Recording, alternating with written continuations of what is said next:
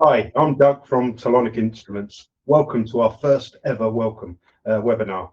I'm delighted to welcome EMC expert Dr. Min Zhang from Mach 1 Designs to the Telonic showroom here in Wokingham for his webinar on benchtop EMC testing. Welcome, Min. Hi everyone. So Doug and I first had this idea of doing this presentation 2 weeks ago. We had this presentation at the EDS show. At the time, it was limited to 30-40 minutes, and to be fair, the environment's quite noisy, so I couldn't cover the presentation in great details. So we thought we'd give you some people who have already been to the presentation and many more are new to the presentation a good opportunity today where we can share knowledge, we can have a good in-depth discussion on this very specific subject. So without further ado, let's start to talk now.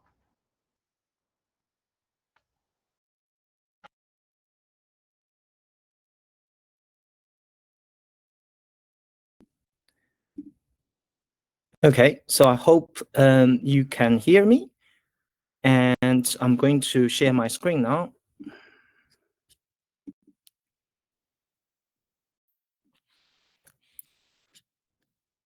Okay, and you should be able to see my screen.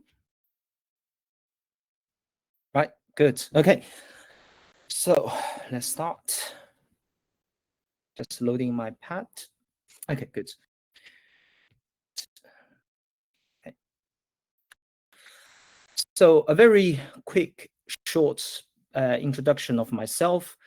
I have been doing EMC related work, including testing, pre-compliance testing, compliance testing, troubleshooting EMI, and fixing EMI issues for 5 years now.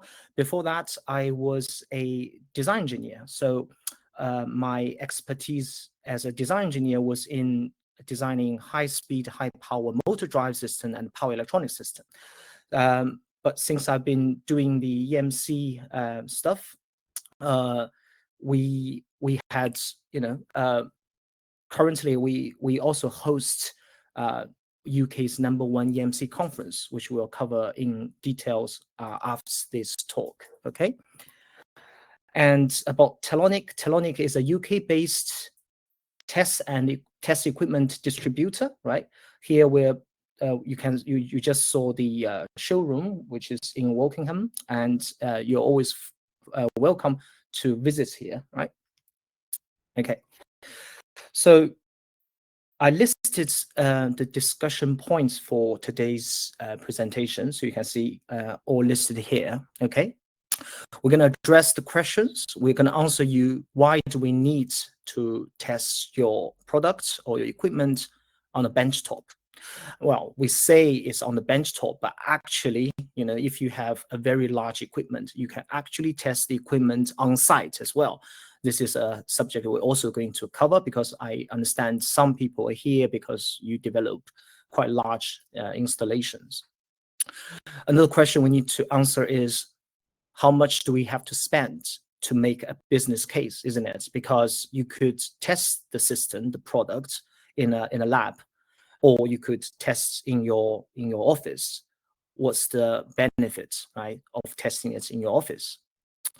We're also going to walk through common types of EMC tests, okay? Because I understand here with us today, some of you come from military and defense background, some of you doing automotive, some of you do medical and industrial applications. So we can't really cover all tests, but for EMC tests, many have something in common. So we're gonna just go through all the common EMC tests. And we're also gonna introduce some basic stuff, right? So what is low frequency, what is high frequency, right? When we say electromagnetic interference, some people say RFI, radio frequency interference. But what are radio frequency interferences? So we're going to answer that question as well, especially for those people who are not familiar with the subject.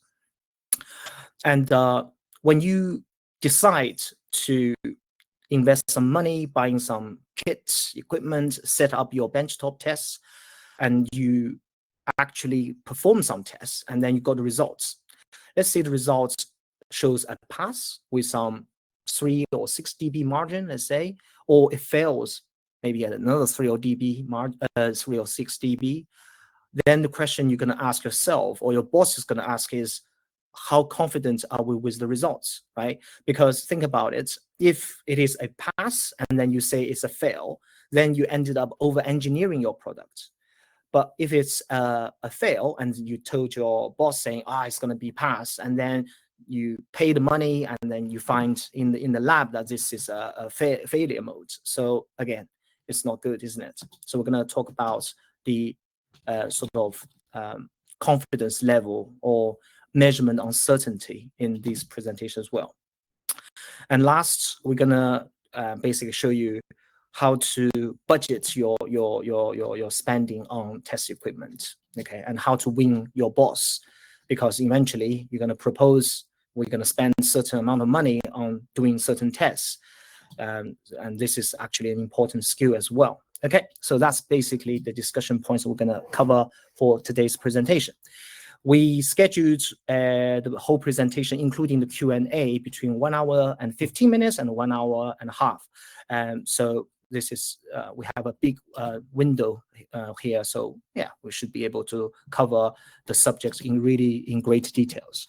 And a few things to mention, you can ask the questions, right? And I should be able to check the Q&A every 10 or 15 minutes. If the question is related to a certain page, I'll answer immediately. If it's a general question, we can also answer the question after the presentation. But really, we just want you to relax and sit down and just enjoy this presentation. And also, don't treat me as as an expert's advice. I mean, people say I'm an expert, but I tend to think myself as a EMC engineer. So really, we're just sharing knowledge and ideas. You can, of course, provide some critical feedback if you don't agree with me. Okay, right. So first, let's have a look at the for and against of testing a product on the benchtop. Okay, if you ever been to a EMC test lab, what I mean is the accredited EMC test lab, you understand the pain, right? So first you call a lab and then you say, okay, we have a product, we don't know what tests we should do, can you give us a quote? Then perhaps they come back to you in a week time or 2 weeks time saying, you need to do certain tests, and our lead time is another 4 weeks or 8 weeks, right? And then while you're waiting, you sort out the payments and get your sample, often is your golden sample, prepared for EMC tests. And then 2 months later, you send your product to the lab, and then guess what? There's always something happening on the day. Could be you forget your supporting equipment, you don't understand what is really involved for the test, and then the worst thing is it fails. And even make it matter worse, the product failed and you don't know how to solve it on site. Okay, so the next test, if you schedule it, could be another 2 months. So really, you delay the product to market time, and I think that cost is the most costly item, for your product. So for that reason alone, many people say, look, if you have the budget, you should spend on some basic benchtop EMC tests, at least give you some confidence before you take the product for accredited EMC testing. Okay. Of course, there are many other good reasons, right? For example, another good reason I think is really for the development of engineers. And I believe here today, 80 or 90% of you sitting here are engineers who strive to learn more, right? That's why we're here. And there's nothing better than learning while doing something. So if you have a benchtop EMC test set up, you can get your hands dirty, learn the tricks, learn from your own mistakes, and that's in the company's documentation. It will be lessons learned. So it's a great experience learning this EMC test and understanding the RF, understanding the EMI, help you build a better quality product. So that's another good reason for testing on bench. But of course, we also have some resistance to this idea. The number one thing, of course, would be budgeting, right? So every year you may have some budget to spend. Then your boss will then decide, okay, we should spend this money on training, for example. So that's more on the software kind of thing, right? Building up the team's technical capability, right? That's a really good way of spending the money. Or we could spend some money on buying some equipment. Now, this is often the case because many managers who you're going to speak to, they still have this, old school of thinking. If you say, oh, we need a brand new spectral analyzer, we need a oscilloscope, they will think, wow, that's going to cost lots of money. That you're talking about 20 grand, isn't it? But they don't understand that now in this market there are many goods manufacturers who provide cost-effective equipment that you can actually spend maybe 3,000 or 2,000 and get the job done. Okay, so that's on the budgeting side of things, and also they often question the engineer's capability, saying, look, right, this kind of thing is like black magic, dark arts. This EMC you're dealing with, even you get the results, how confident are we, right? This question often is a hard question for engineers who actually don't have enough backgrounds in EMC or RF testing. Okay, and so this slide really shows you what I observed during the years I was helping companies troubleshoot EMI, because lots of engineers and particularly managers, they believe the more expensive your equipment is, right, the more accurate it is, which we know is not true, isn't it? It's just like, you can buy a car and you can drive 70 miles per hour or even 100 miles per hour without any problems. And the question is, why do you need to buy a Ferrari, for example, right? I mean, there's nothing wrong if you have the money to buy a Ferrari, go for it. But the point we want to make is you don't really need expensive equipment to get accurate results. But often, what I've seen in the field is that people use expensive equipment, got the wrong results for many, the reasons could be, for example, the equipment was actually damaged, right? This is one reason. The equipment was not calibrated, another reason, or the setup was wrong. So if you take all these factors, then, you can't really trust the readings. So what we're saying is, if you have a good quality test equipment, not necessarily expensive, and you understand the test, understand the purpose of the test, understand the details of setting up the test, then you should have a good confidence when it comes to EMC test results. Okay, so these two slides really is to introduce you a brand new language if you are not a EMC engineer, right? You don't have any RF backgrounds. For example, you're assistant engineer or junior engineer. The following two slides gives you the language which will enable you to speak fluently with people who work in the test house, for example. Okay, so we are going to talk about coupling mechanism. Okay, so there's nothing better than showing you some good examples. So here you can see here we have a enclosure, okay?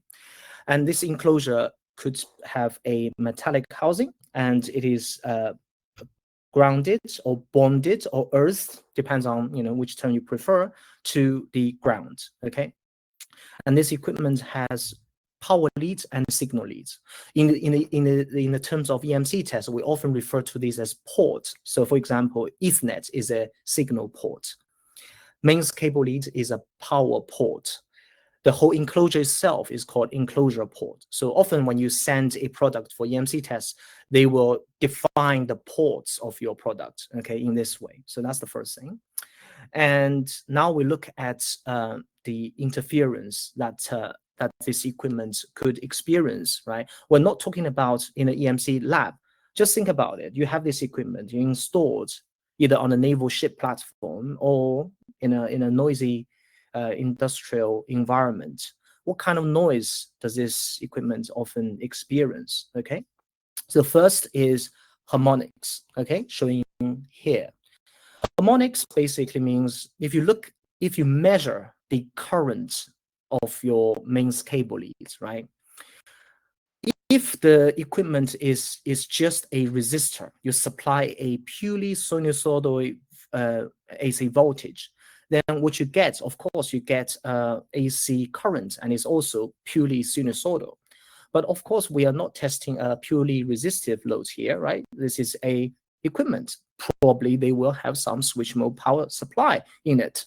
So as a result, if you measure the current on the mains lead, what you often see is a current waveform heavily distorted like this, okay? And then you may ask, yeah, it's not 100% sinusoidal. What's the problem? Well, the problem really is in a single phase or three-phase power system, power distribution system, these harmonics we call can lead to overheat of a transformer, overheat of an earth wire, therefore causing fire hazards, okay? So for that reason, now you understand why the EMC standards would define a harmonics limit, okay? So that's a type of what we call low frequency noise, okay? Now, next, if you look at it, we also have this kind of transient event. So this could be, for example, in your equipment, you have a relay or a switch, okay? And it's switched on and off based on some command. Every time a relay is switched on and off, because the relay has an inductive component, so it will have some what we call kickback voltage. And this basically creates a sharp rise of voltage. And this voltage, you know what, sometimes can reach more than 2 kilovolts. We're talking about 2000 volts. So think about it, your mains voltage typically is rated for 240 volts, and this is 2 kV or 4 kV. So yeah, this kind of transient noise is pretty destructive if you don't have any protection devices in the product. Another type of noise, as we said, is the radio frequency noise, okay? So here showing you in a time domain, okay, time domain. So all of these three waveforms we show you here, all in time domain. But as you can see, right, so this is a waveform which we haven't zoomed in. And if you zoom in, then you should be able to actually measure the high frequency content. So you can measure, for example, peak to peak, and then you can see the delta T, and you work out what frequency of this noise is. Because this is often in the range of a few megahertz to tens of megahertz or 100 megahertz, this really is the, in the old days where people listen to radio, think about FM, people listen to FM radio, that's in sort of 85, 95 megahertz range. So yeah, these noise, if they are in the same frequency range, they will affect the radio you listen to, okay? So that's really about it. And the thing is, if you look at these types of noise, they all conduct through the cable connection. So in order for these noise to propagate in this mains network or signal network, you have to make a connection, isn't it? You have to make a wire connection. That's why we call this type of coupling conducted coupling, because you really need to make a hard wire connection to sort of generate the noise or allow the noise to travel from one equipment to another, okay? So that's why we said it's conducted coupling, okay? Yeah, so I think we covered that. Okay, there's another type of interference. Sometimes people put in the same brackets as conductor coupling, which I often don't agree, but I just wanted to touch this, which is ESD, right? ESD basically stands for electrostatic discharge. This is the phenomenon where, for example, in a very typically dry environment, and you walk on a carpet, your body accumulate charge, and then when you touch in a different potential, there's again a big voltage difference there, and then yeah, you generate a current, and that current can again disrupt the equipment. So for example, in this case, the display could flicker. That's kind of a failure, or you mess with the control signals in this cabinet. Typically in a good, well-grounded system, if this earthing wire is a short braided wire connecting to the earthing stud, then you don't cause too much issue. But sometimes you see people using a long green and yellow wire, and that actually is for safety, not for EMC. So then ESD could pose a big threat to your system. Okay, so that's the coupling mechanism we discussed here. Okay, so yeah, let's have a quick look of what are these phenomena, in real life. So here I show you a few examples. So let's have a look. So click this. So you can see I switch on the lights. So that's, again, I'm measuring the mains network, okay? So you can see the setup, I'm using a scope. You can see the yellow trace is the mains voltage, that's 50 Hertz. But the blue trace is the sort of the noise we are monitoring. This is a blender or mixture, right? So you can see every time I turn the motor on, you got lots of noise measured in the mains network. You can see that's a better image. Okay, so that's a motor. Now this is the microwave. So when the microwave is on, you can see, right, again, among half mains cycle, there are high frequency noises. Now this is the transient event, right? Because this is just a kettle, and I switch it on, and now I zoom in. You can see the waveform, right? Yep.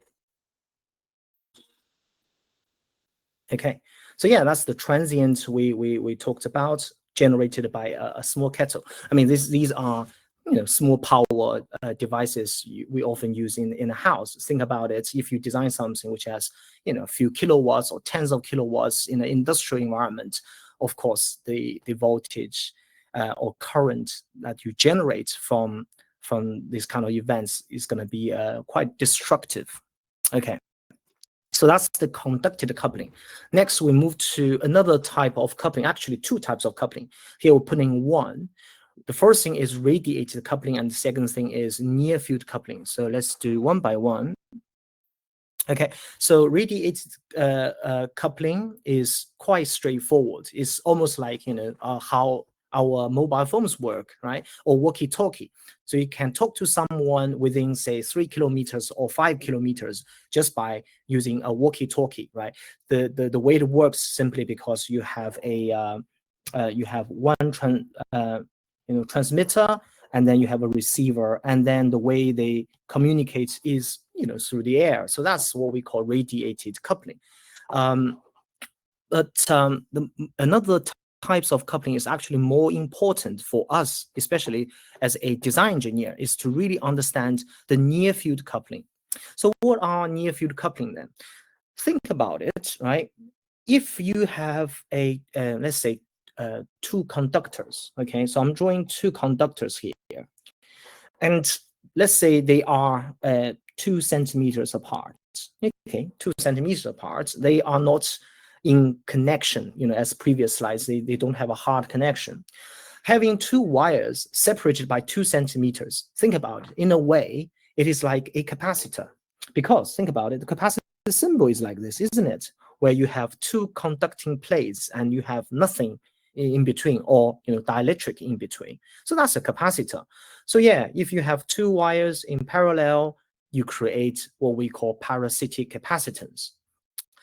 And same is true, right? So if I have current flowing on one wire, what's going to happen to the other wire? What you will find is you're going to have some induced currents on the other wire. This is because when you have two wires, again, next to each other, in a sense, it forms like a current transformer. So think about a transformer symbol. It's like this, isn't it? Again, they are not really connected with each other. They're just next to each other, but you have some coupling. So we call this type of coupling capacitive coupling, and this type of coupling inductive coupling, or some people call it E-field coupling for capacitive coupling, and this they call it H-field coupling, magnetic field coupling, right? And we often put these two together and call them near field coupling, because in reality, think about it. Let's say you have a mains lead, okay, mains lead, and in this cable, basically you have live, neutral, and earth, and next to it you have a HDMI cable, right? And then again, of course, you don't connect them together. But if you look at the coupling between the two, I bet you have both. So that's why we call near field coupling. You will have both the capacitive coupling and also the inductive coupling. Okay. So yeah, really, simple physics from high school. We already understand the inductor, the capacitor. But now you're equipped with the language where often EMC engineers talk, right? So this is really useful stuff because, for example, if the lab called you and say, look, you have a failure, then you ask them what kind of failure it is. They said, oh, it's a conducted emission failure. Then you may ask, okay, is it conducted coupling as the main failure mode, or is actually the near field coupling? They will be very happy to communicate if they find some interesting findings. Okay. Again, as before, we show you two examples of this kind of near field coupling. Very interesting, actually. So the first one, we just show you near field magnetic field coupling. So on the left side of the screen, right, you can see I have two loops. Now, the problem with loops is that loops often represent a high magnetic field because you often have current flow in the loop, right? And if you look at the magnetic flux generated from this loop, they come out of the loop. So in this demonstration, I have one loop. I generate some fields by feeding the loop with some high frequency voltage or current. And then the other loop, I just connected to the oscilloscope. I didn't connect to anything else. And I'm measuring the current that is induced on the other loop. So you can see how this coupling occurs. And also you can see that by simply having a shield, you can really reduce this coupling. Okay, so I'm just going to click. See that? Okay, we'll start from here. As I move, you see the level of the noise I measured now becomes very, very small, tiny, right? As I move them again closer, you see the other loop basically picks up the field, therefore induce a current in the second loop. So this is really how near field coupling works. Okay, you don't need to make a connection, and you can. So noise can basically interfere with another circuit. So this is really the basics of this so-called black magic. There's really no magic about it. Okay. The next example I'll show you is much more practical. So in this case, it's a automotive test. Okay. So we have a vehicle here, and the vehicle basically has a door. And normally you would press the button, the door is then open, and then you press the button again, the door is closed. But somehow, this is how I play my magic. See that? So I'm only using a walkie-talkie, right? And the power generated from this tiny walkie-talkie, I mean, this is not a powerful walkie-talkie, just a small power walkie-talkie, somehow interfered with the control system of the door and causing the door basically switch on and off. Again, this is a magic trick, some people call it. Okay. Now, moving to more basic stuff. For troubleshooting EMC and EMI, often we need both the frequency domain analysis and also the time domain analysis. Okay, so on the left, we show you the frequency analysis. Frequency analysis basically is you analyze a signal. Okay, you do a FFT, and then you decide at which frequency point your signal is, the noise level is too high or exceeding the limit that is often defined by standards. So pretty straightforward. And the equipment we go to is a spectral analyzer. Now you have a few options here. You can buy a what we call receiver. Okay, receiver, generally speaking, is more expensive than spectral analyzer, but the benefit of receiver is you can, you complies with certain standards. For example, if you work in the military domain, you look at the UK defense standard, DEF standards, or avionics standards, DO. Standards for avionics, or some automotive standards, they ask you to test using receiver. But spectral analyzer is widely used for commercial and industrial EMC tests. Okay. And you don't necessarily need a real-time spectrum analyzer. The real-time spectrum analyzer gives you the benefit of you can perform the test pretty fast, right? Whereas the traditional Swift type spectrum analyzer takes longer time compared to real-time spectrum analyzer. But I mean, from the cost point of view, a Swift type spectrum analyzer is just as good. Okay. Now, for transient events, as we covered, right, those transient caused by the relay switch on and off, the ESD, then you really need to use a oscilloscope to capture the event. This is because think about a typical sweep type spectral analyzer. The way it works is it has a window, what we call the window resolution bandwidth, and that window basically is like sweep from one point to the other point. If during the sweep there's a transient event and it's not in that window, then you fail to capture that. But oscilloscope works quite differently. So for ESD, typically we need a 2 gigahertz or 1.5 gigahertz at least bandwidth oscilloscope for doing the test or troubleshooting. I also should mention here that if you know, for example, you work in an environment, a noisy environment in a factory, we actually worked on a project in the past where the manufacturer makes the tape ruler. And of course, they need to paint the ruler, but because of ESD interference, the paint quality really was affected. So we were tasked to troubleshooting this ESD event to find out where this source is. For that kind of troubleshooting, you can even troubleshoot using a 500 megahertz bandwidth scope, because your only purpose is to find that noise source. But if you really want to do very accurate measurement, then 1.5, 2 gigahertz bandwidth oscilloscope. Okay.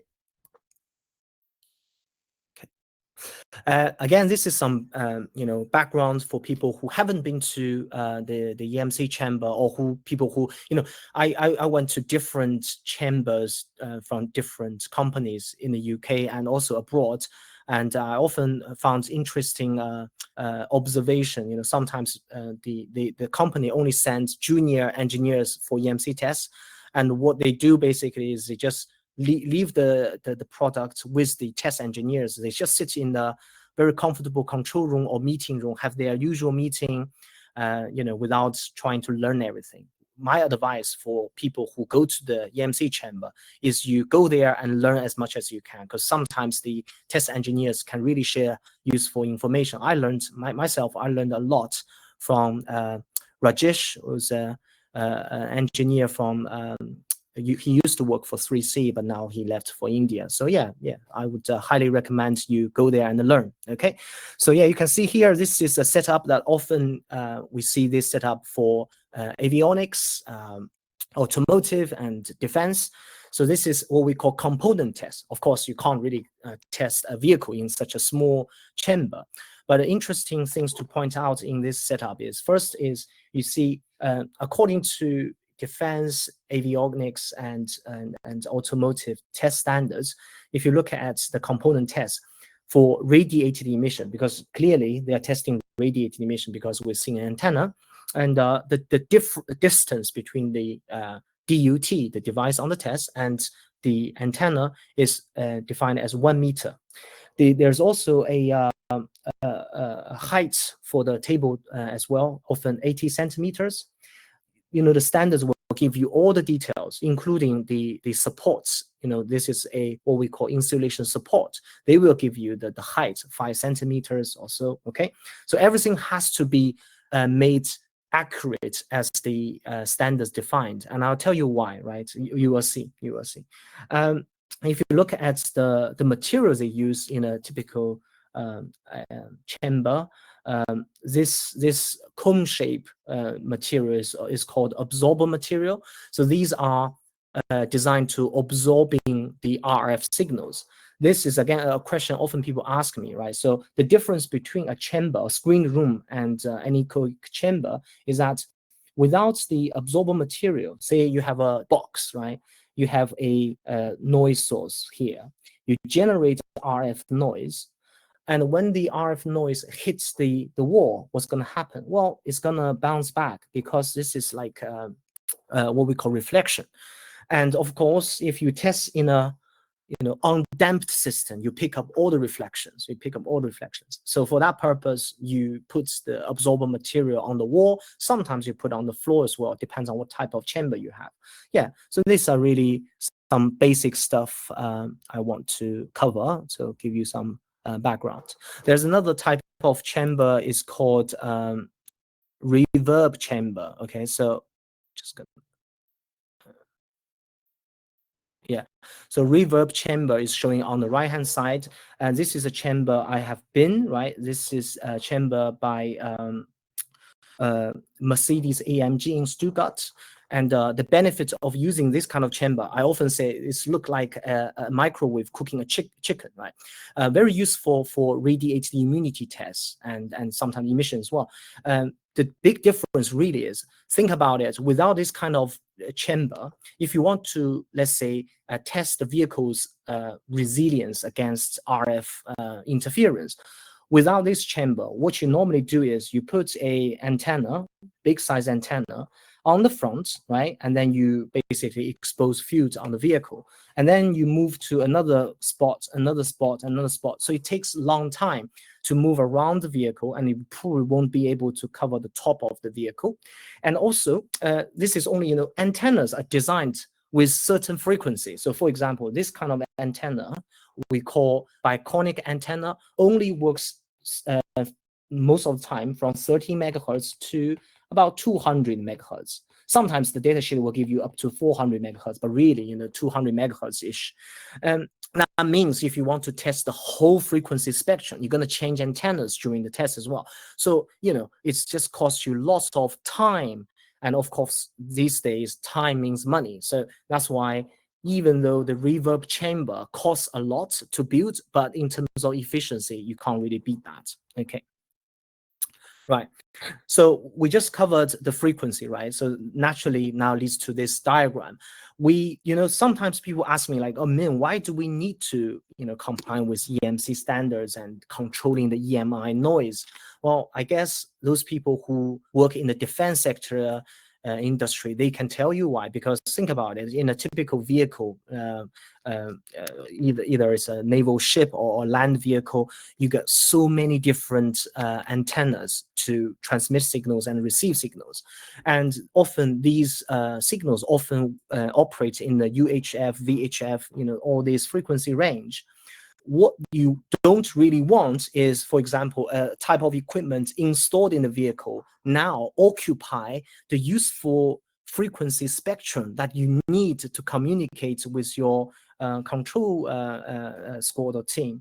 So that's obviously would be a disaster if that happens. So for that reason, we all need to bring down the noise to meet the standards. So here shows you the type of noise and frequency down to the very low frequency, sort of DC level. We have static field. Okay.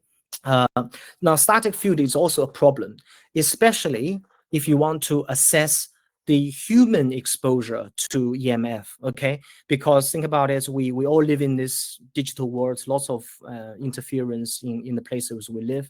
And we also need to care about on human body. Now, static field actually can have a negative impact if it's really strong on human body, but that's a different subject, which is briefly mentioned here.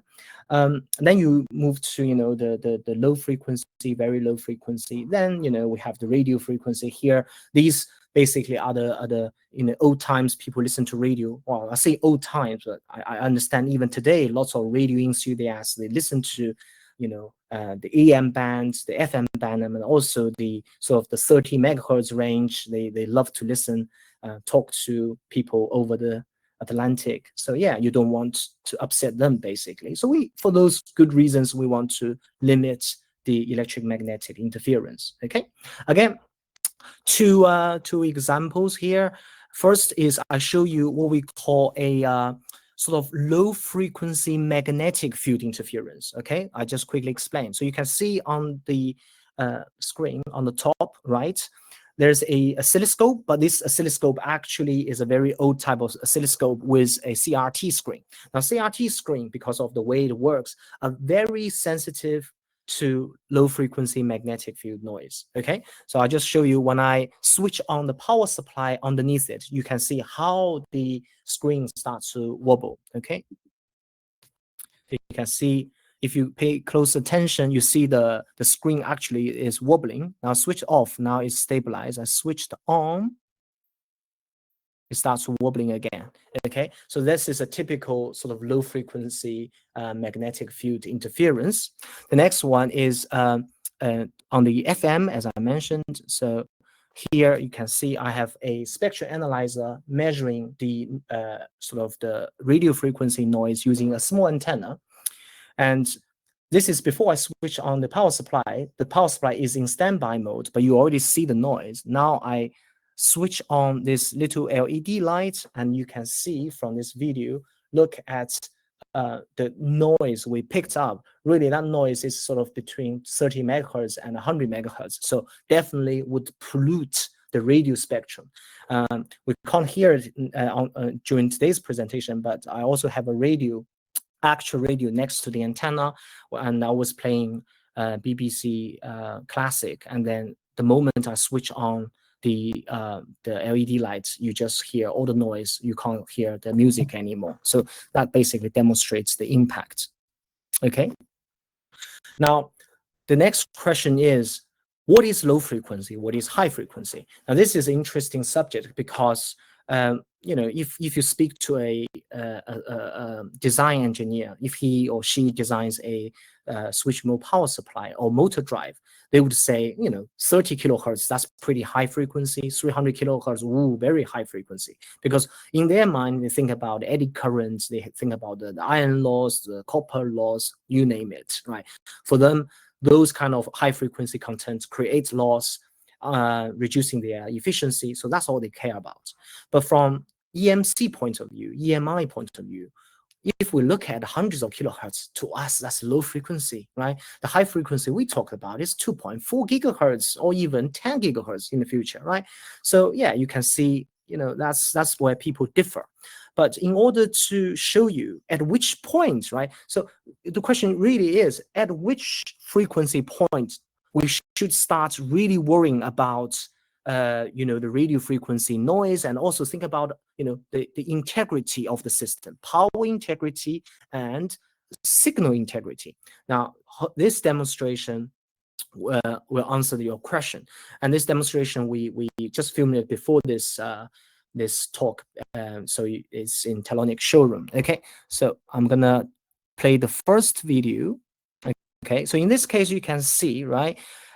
I supply a voltage from a signal source to the oscilloscope using only one wire, the red wire. Okay, the black wire is not even connected, and you can actually see the noise. You can see the noise, and I plug in the actually not noise. Let's not call it noise. Call it useful signals, right? Now this one. Now we're gonna increase the frequency. You see, once the frequency increasing, I think in this case about 5 megahertz, you can't really get useful signals anymore. So in this case, we were supplying a square wave signals, and you find that, you know, 5 megahertz square wave using 2 wires is not good enough. Now we're changing to a twisted wire. Now with twisted wire, you see 5 megahertz. The waveform is getting better, but not that good, isn't it? Now, next, we change into a shielded coaxial cable. Right? This represents a shielded cable structure. Now you see perfect square wave.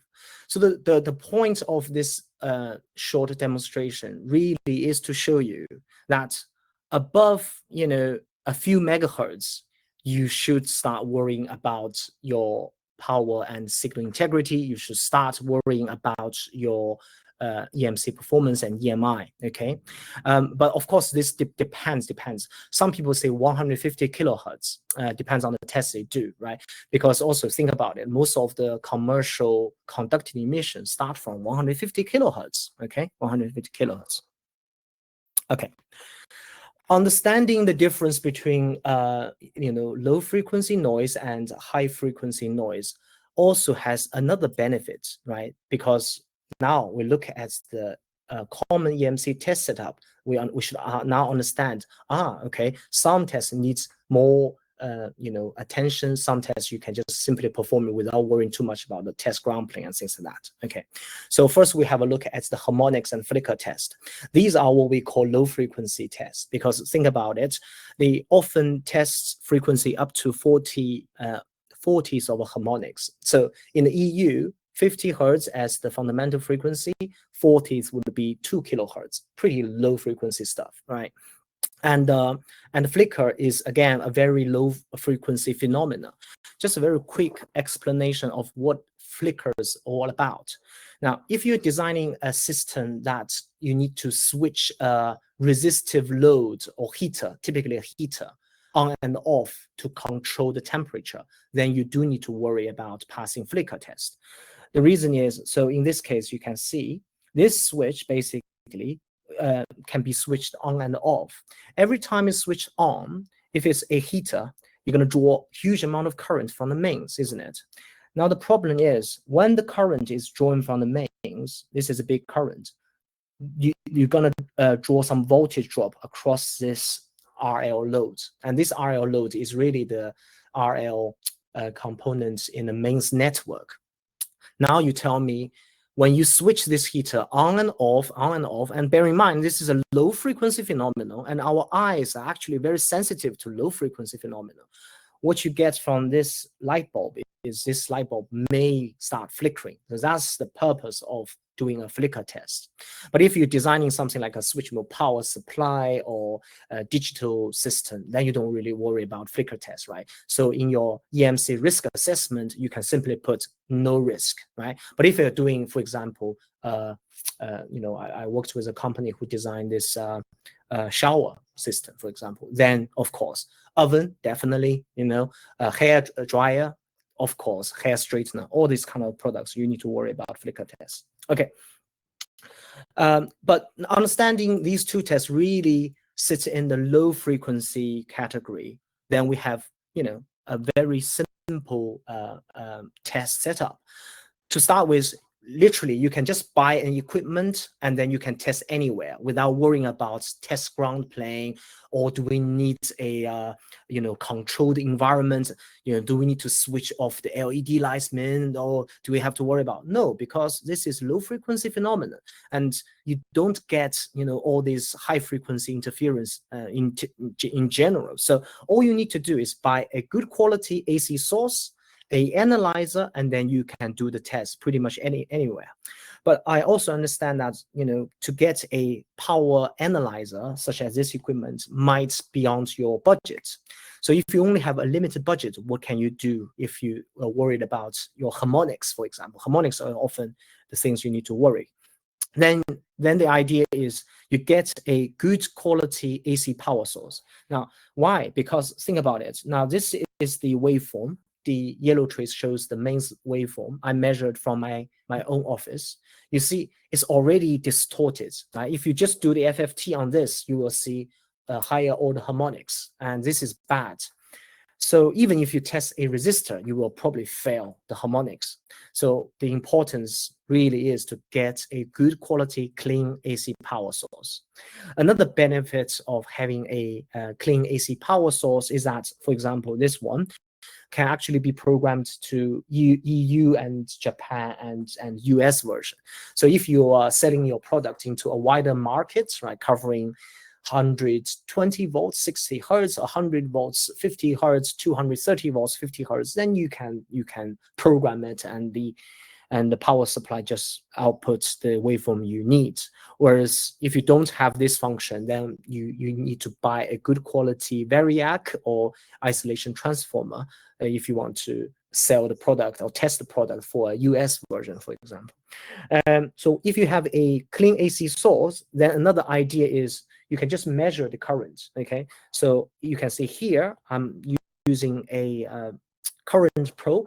This current probe comes with the scope, MIXIC, and has 100 megahertz bandwidth, so more than enough for such a low frequency test. And you can now, most of the modern oscilloscope, whether they are Mixig, Rigo, Siglant, you name it, they all have FFT function. So you can definitely use their own FFT function. You analyze it, and then you compare with the limit. But personally, I would prefer to save the data. You can save the raw data of the current waveform, or you save the FFT results in raw data, and then you can use software such as MATLAB if you have that, and you can then write some scripts and then do a proper analysis, which should be achievable if you have some good engineering resource or software resource. Okay. Now, talking about low frequency stuff, we said it's pretty straightforward. Get equipment, set it up, don't worry too much, do the test. Now we move to a little bit tricky area, which is the conducted emission. Okay, as I mentioned, the conducted emission typically starts from 150 kilohertz, but just make you aware, the standards people are changing the standards. So in the future, we will start testing the conducted emission from 9 kilohertz. So obviously a big sort of a change in the EMC test. Bad news for us if you are involved in designing a product. Good news perhaps for me and perhaps for Doug. That means we will definitely have more inquiries in terms of troubleshooting EMI or getting the equipment ready for testing this. Anyway, it is tricky, right, for testing conducted emissions. And I just highlight a few areas where people often make mistakes, okay? So first is we definitely need a test ground plane. Now, you may ask, oh, what materials do we have to use?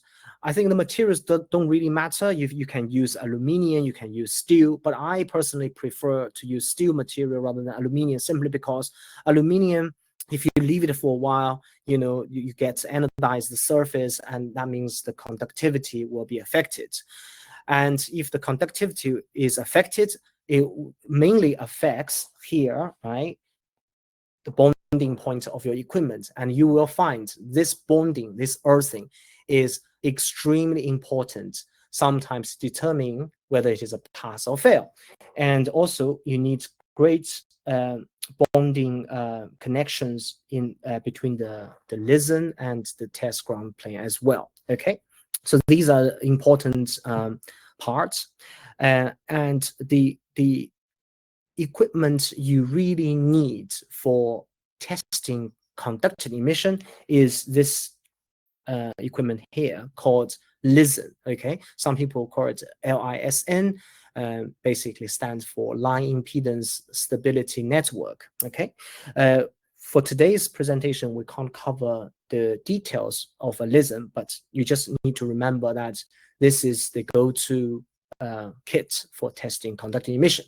Of course, depends on your application. If you work in the industrial and home appliance, this is the LISN you need. But if you work in a sort of avionics and defense sector, then you need to buy the LISN designed for that. Mainly the difference is the inductance value and also the frequency range.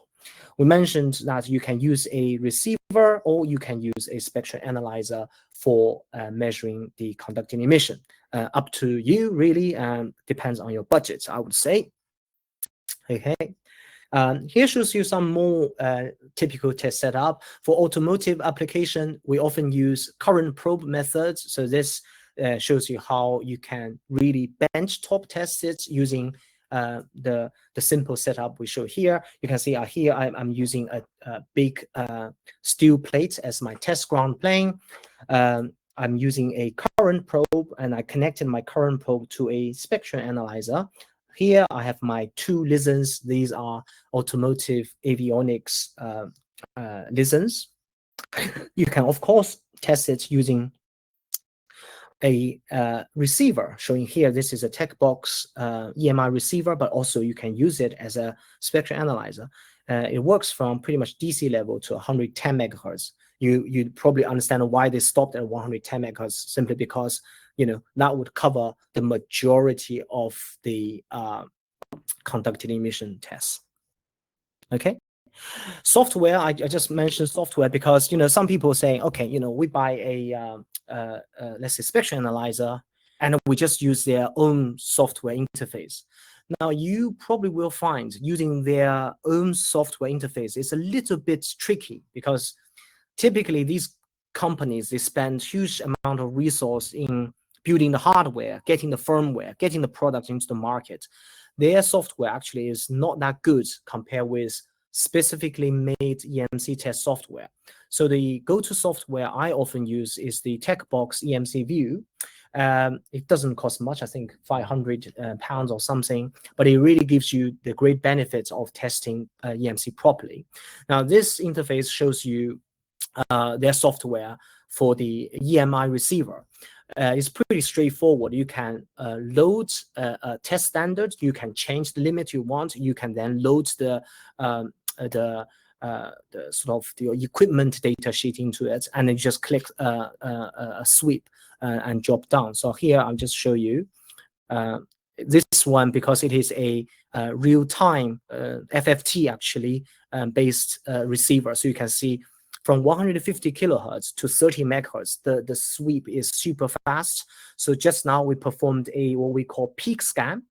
And you may wonder, why do you perform a peak scan and now you have another red sort of dots there, right, moving slowly? So this is because if you look at the standards, right, so the limit you see here is what we call quasi-peak limit. Okay, it's a quasi-peak limit.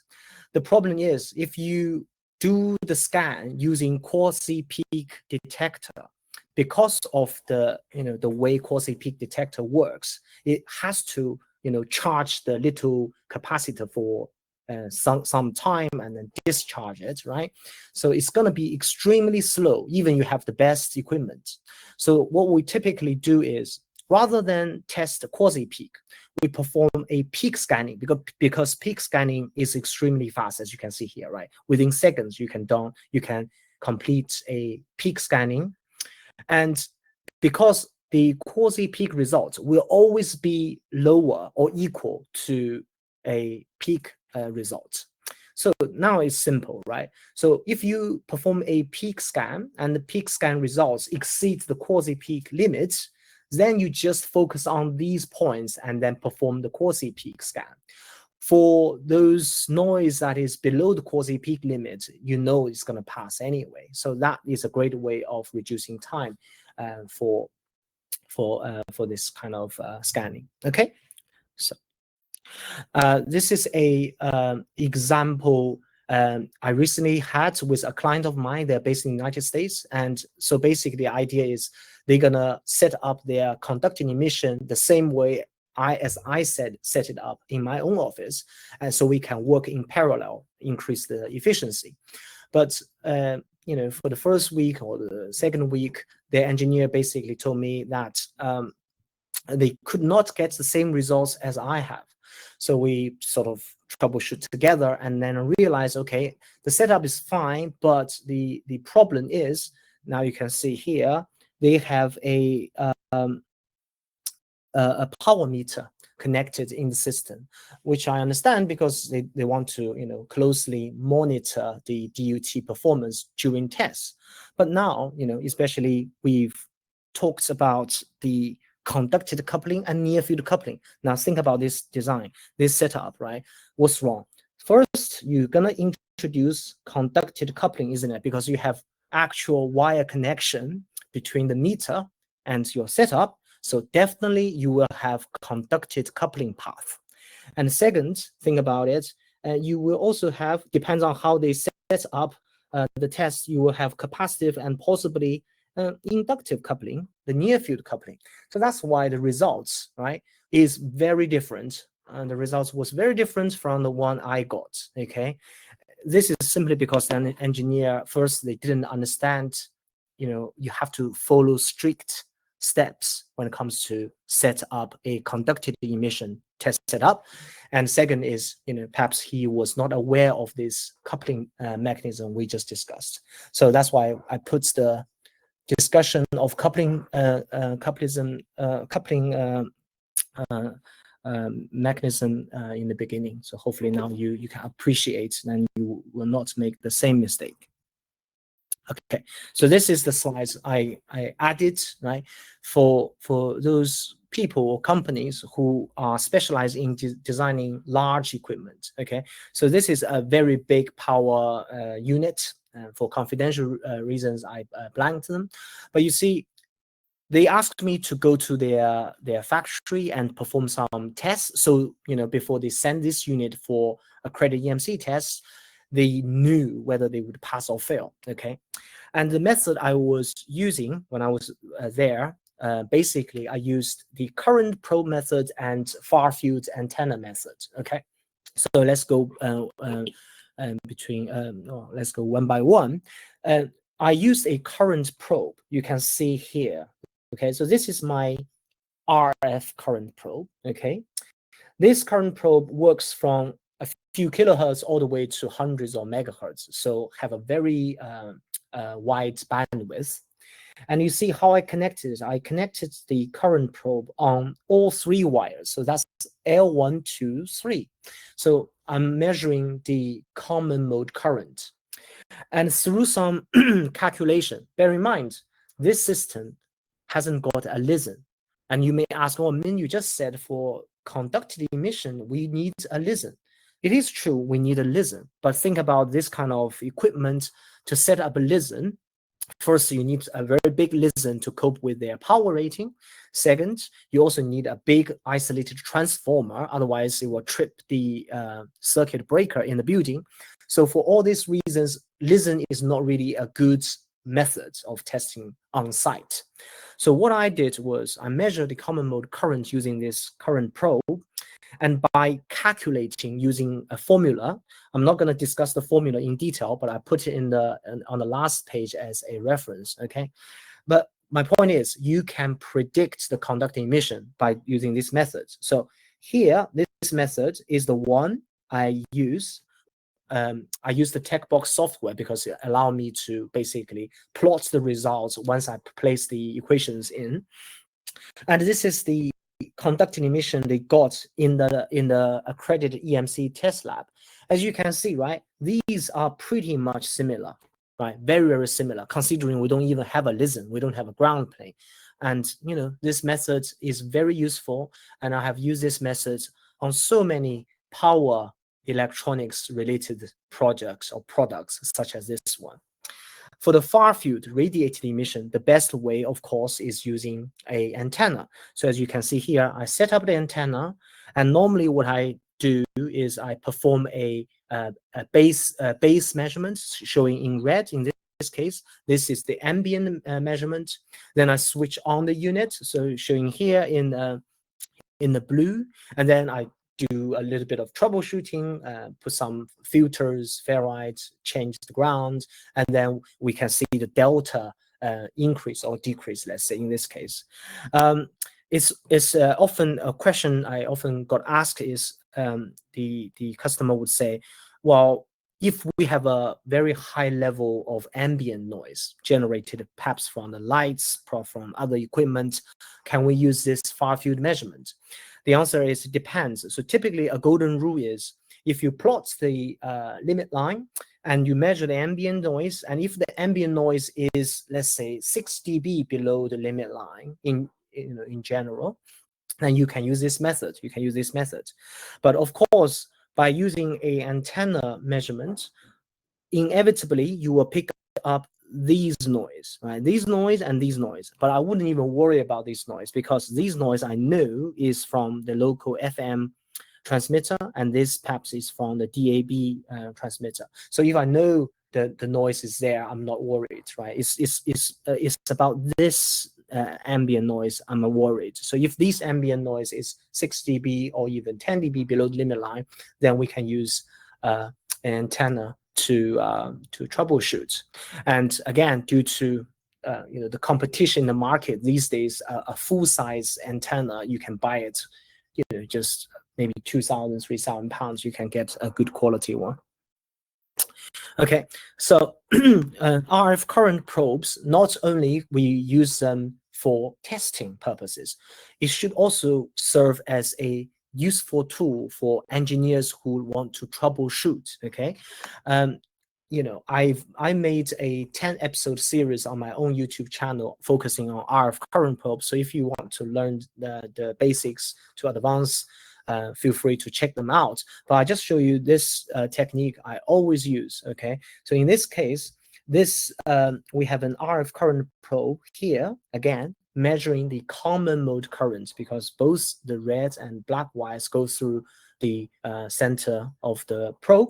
So we pick up the common mode noise in time domain. Now, okay, so this is important because when you are troubleshooting a failure mode or of your product, spectral analyzer is useful, but not always. Sometimes a time domain oscilloscope such as this one is very useful.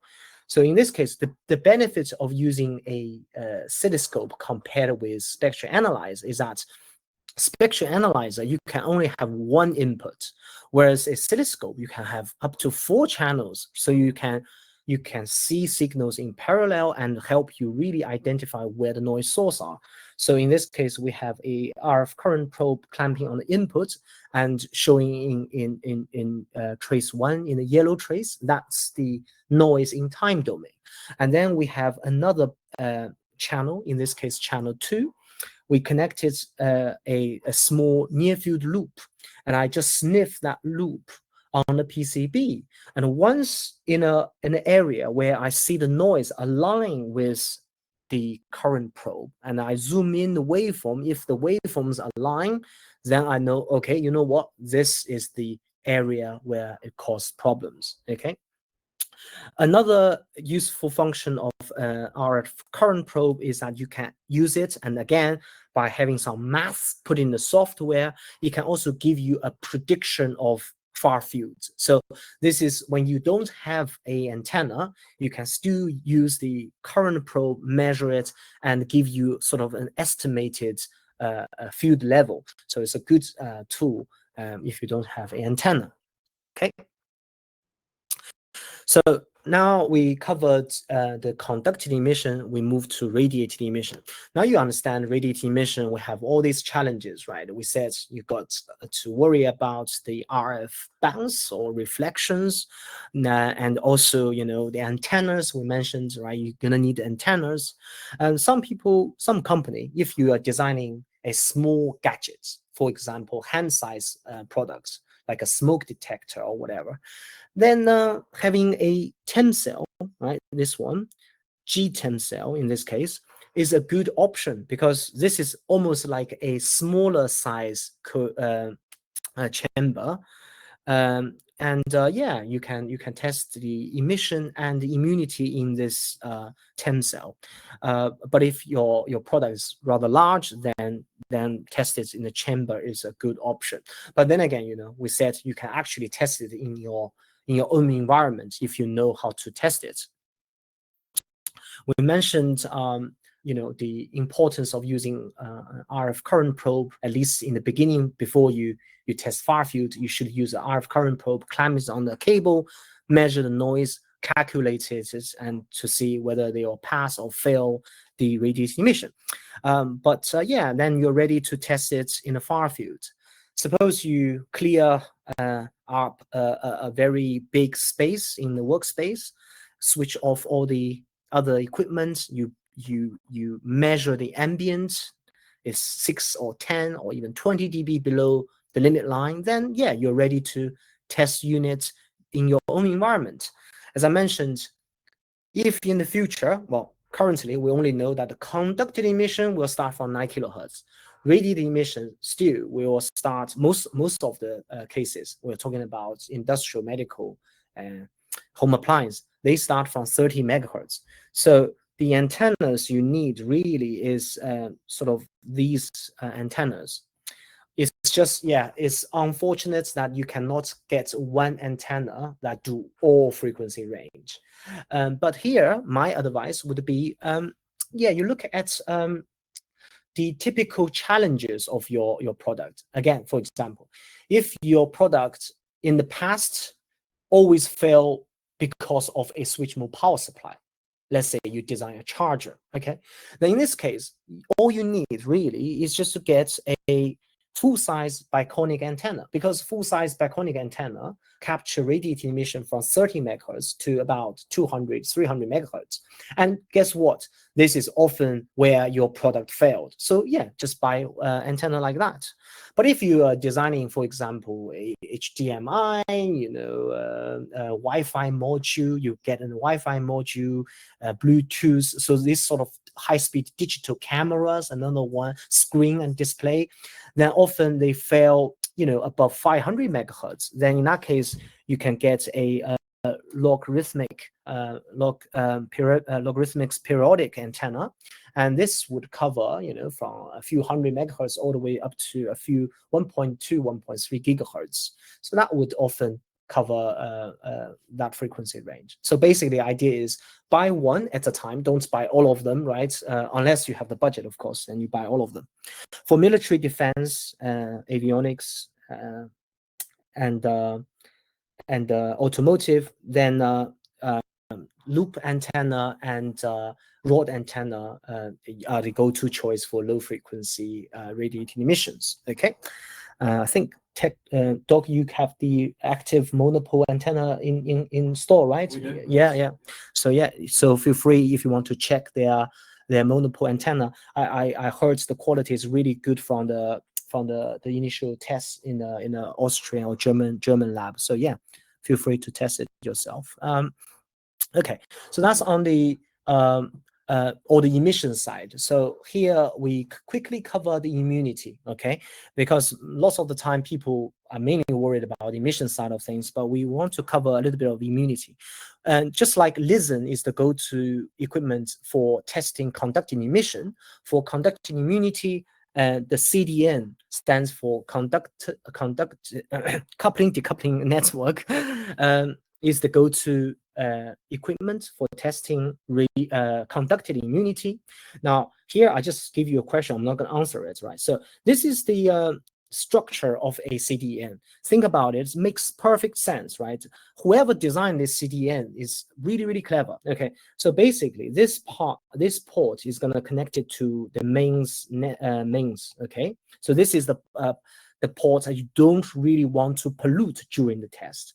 So how are you going to do that? Well, you just put high impedance equipment, a component, in this case, inductor there. So the noise really is generated from here. When the noise is getting here, first we have capacitor. We know capacitors are what we call low impedance component. So the noise as an RF, they are high frequency component. They are very happy to use this low impedance path. Now, next, because we mentioned this is the high impedance blocking component. So the noise, when you inject the noise would be very reluctant to go to this side, isn't it? Therefore, you decouple the mains network, keep the mains clean, right? Keep the mains clean. So then where does the noise go then? Then the only way is to go to this way. And this is the part where you connected your device. Okay, you connect your device. So that makes perfect sense. Now, the question I'm going to throw at you is, notice this three resistors. So this is what we call an M3 CDN. Okay, you also can have M2, M4, whatever options you get. But notice that for different CDNs, you have different resistance value. Okay, so for M3, you got 300 ohms in parallel, and that gives you 100 ohms, right? And for M2, you got 200 ohms, two of them, that again gives you 100 ohms. And if you only have one line, then you use 100 ohms, okay? Then, if you're really curious, you would ask, why 100 ohms, man? Why they want to achieve 100 ohms? That's a subject that we cannot cover in this session, but hopefully in the future we can cover this. But the point I want to make is, if you have a product that has live, neutral, and earth, and then later you developed another product only has live and a neutral, okay? Now you want to be clever and you tell your boss, look, we just buy a M3 CDN, then we can test both. That is wrong, right? For this reason, because your resistance value is different. So don't ever do that. If you have, say, live, neutral, and earth, always use M3. And if you have live and neutral, always use M2 CDN, okay? Another type of device that we often see again in military automotive application is to use what we call bulk current injection probe. This probe works, as we said, as a near field coupling because it doesn't touch the wire, right? So you have signal wires going through it, and the only way that you can inject noise into the wire is by, again, inductive coupling. Now you understand why we talk a lot on inductive coupling at the beginning. So now this all makes sense. Okay, so here shows you the typical setup I typically use for troubleshooting or testing conducted immunity. Again, for details, you can always check on the YouTube channel, and I think each one has 10 minutes or 20 minutes.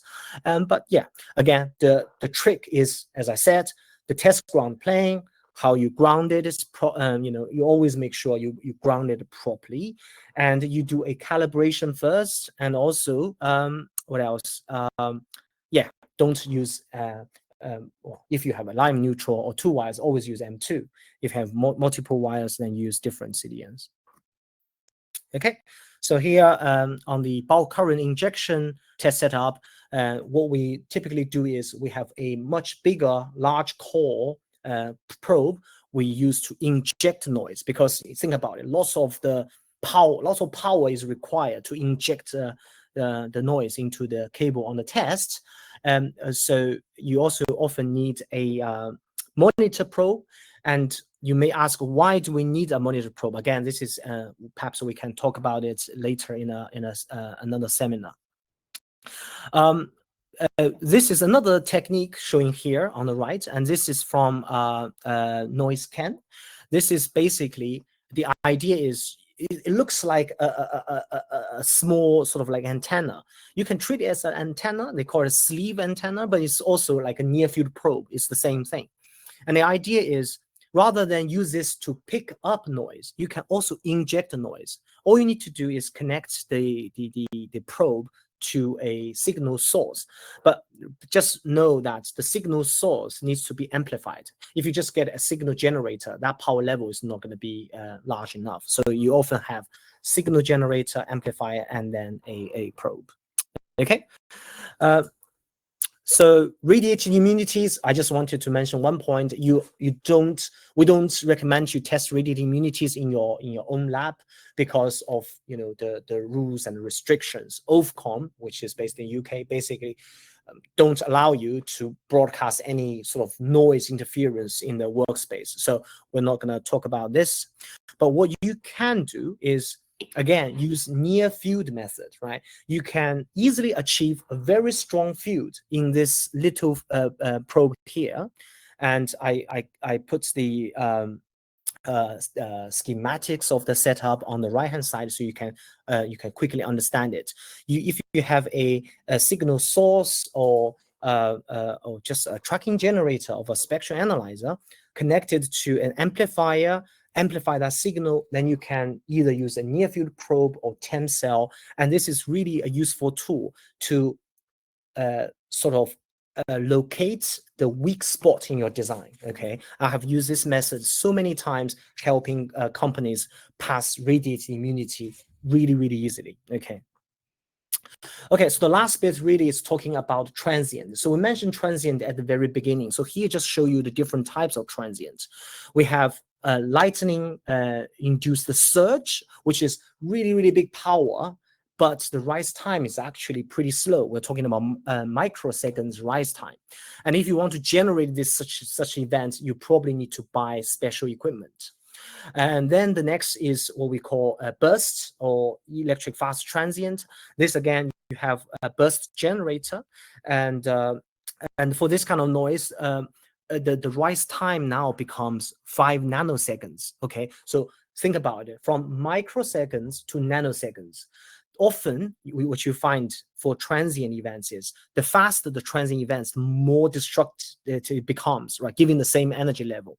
And of course, then we have the ESD. And when it comes to ESD, the rise time becomes less than 1 nanoseconds. So, we're talking about 400 picoseconds, 700 picoseconds. And for that, really, you need a ESD gun. Okay. So here shows you we have an ESD gun, but just want to let you know that, again, you can check this on our YouTube video.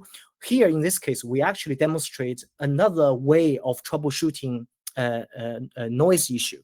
And again, the principle is exactly the same. We're using capacitive coupling and inductive coupling, okay, of a ESD gun. And by doing this, we inject the noise into the cable without even damage the cable. Because normally we'll be thinking, oh, with a ESD gun, do we have to peel the signal leads and we point the gun tip at the signal? No, you don't need to do that. Using capacitive coupling and magnetic field coupling, you can generate noise on the signal wire you are testing.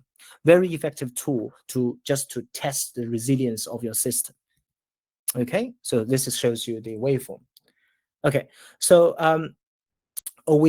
I think we are actually again running out of time, but I hope I'll cover everything. Just wanted to show you, right?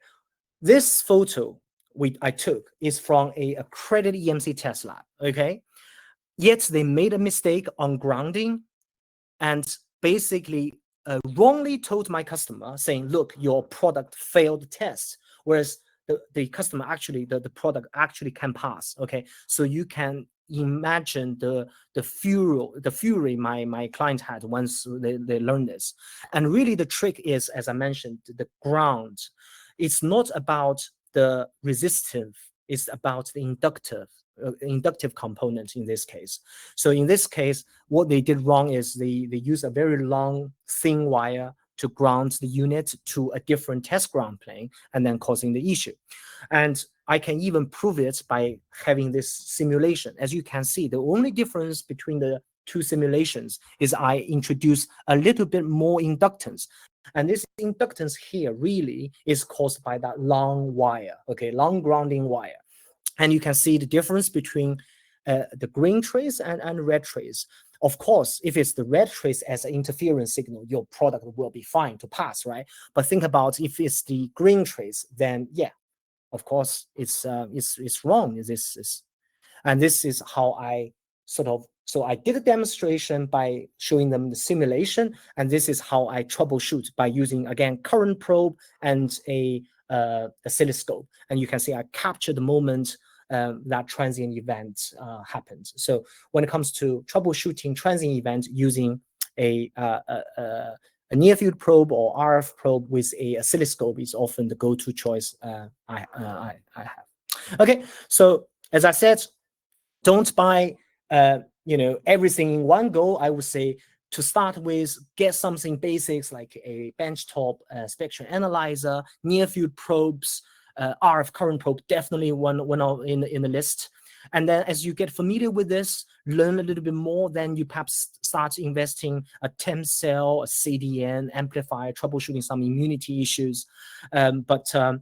We, Doug and Tom and Toby, they are more than happy to help you design, the solution based on your budget, really. Okay. So yeah, I'm just gonna mention one more thing and we can close. So here shows you some of the useful resources I would highly recommend.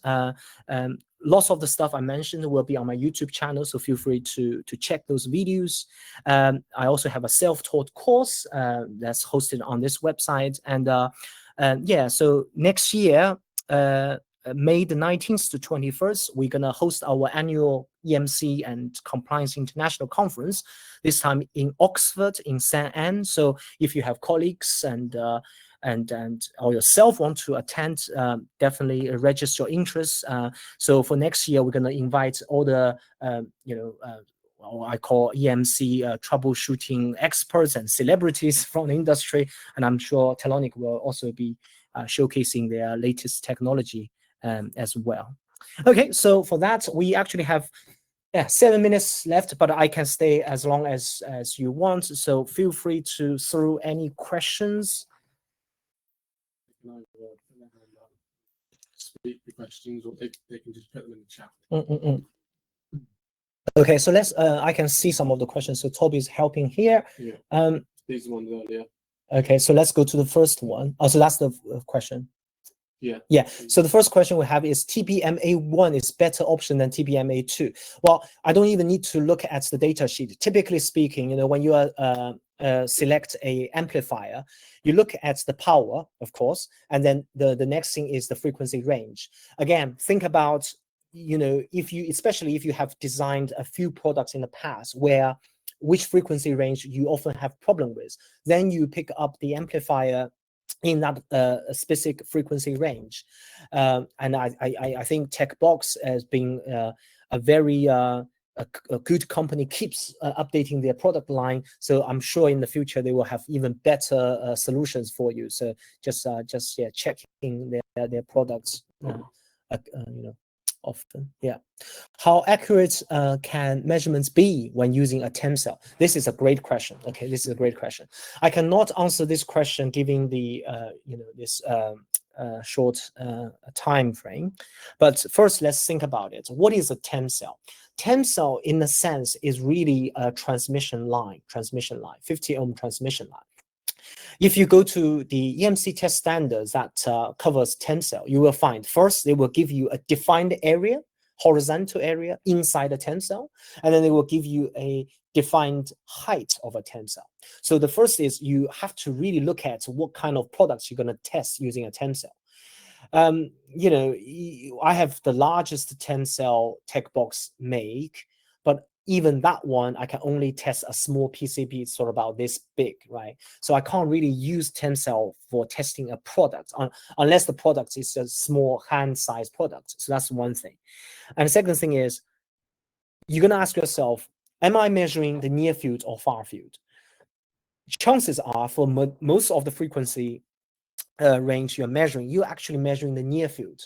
And this is getting really, really complicated, you know, the correlation between near field and far field. That's why I said we can't really answer this question now. But I had a really good discussion with he's semi-retired EMC guy called Ken Java, based in the United States. And yeah, I mean, we can discuss this offline if you send me an email, and I'm happy to answer this in detail. But basically speaking, it depends on the product size, and if you're using some calculation equations, you can get it pretty close. I have some YouTube video as well on YouTube channel. I assume the bench ground plane is bonded directly to the main earth via a large CSA ground wire. Correct. This is, again, has nothing to do with EMC, okay? Because when it comes to 150 kilohertz, 5 megahertz, 10 megahertz, the RF, the radio frequency noise, is all sort of flowing on the surface of the ground plane. This is really for safety reasons. So you need a large cross-section area, green and yellow wire, bonded to earth for safety. And safety is always more important than EMC, right? Always, yeah. Okay. So here we have an amateur radio operator. Yeah, good. We suffer from a lot of RFI from equipment with bad EMC. Yeah, this is, as I said, this is a big subject, big concern. You know, me myself, I'm not a radio operator, but you know, recently I bought ICOM receiver. Yeah, I think I'm getting into this area simply to really understand the pain you guys experience. But yeah, hopefully we can make EMC aware to, you know, to industries, to consumers. Yeah, this is a big big journey, I think. Yeah. Okay. So yeah, I think that's all the questions. I can see we still have some people here. Ideally, we would like to do a poll, but I'm not sure how we can do the polls here. Yeah. Oh, we haven't put the polls. Yeah, I guess we can just ask Telonic to send the polls after this. So I think. Got any more questions? Or? Yeah. Okay. So yeah, just before everyone leaves, we have a few things here. So first is this will be recorded, and the full version will be shared with you later in a few hours' time.